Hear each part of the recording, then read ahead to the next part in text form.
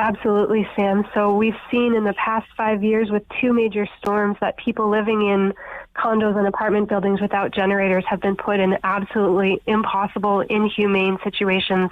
I know you've had Lynn Ashdown on your show who shared her story about being trapped in her apartment for 10 days with no power, no access to food, water, or medical care, and how her health deteriorated over that time. And I've heard hundreds of stories from other Ottawa residents who have been similarly affected.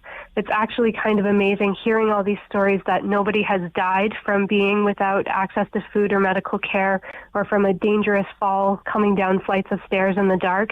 And what's really frustrating is that it's not all buildings. It's only the buildings that don't have generators. Other buildings have a generator that runs the elevators, that makes sure the water pumps are still working, and that people have access to mobility so they can get out and access respite services and medical care and groceries. And right now, it's totally up to the landlord or the condo board to decide whether or not there's going to be a generator, which is fundamentally unfair when you think about it, because it's the residents that pay the price when there isn't one. And so talking to Lynn Ashdown, talking to these others who've experienced these horrific experiences, I came to realize that it's time that we say it's not up to the landlord anymore. Just like 100 years ago, we said it was no longer up to landlords to have smoke detectors and fire alarms. Now it's time to say that it's no longer up to the landlord whether or not to have a generator.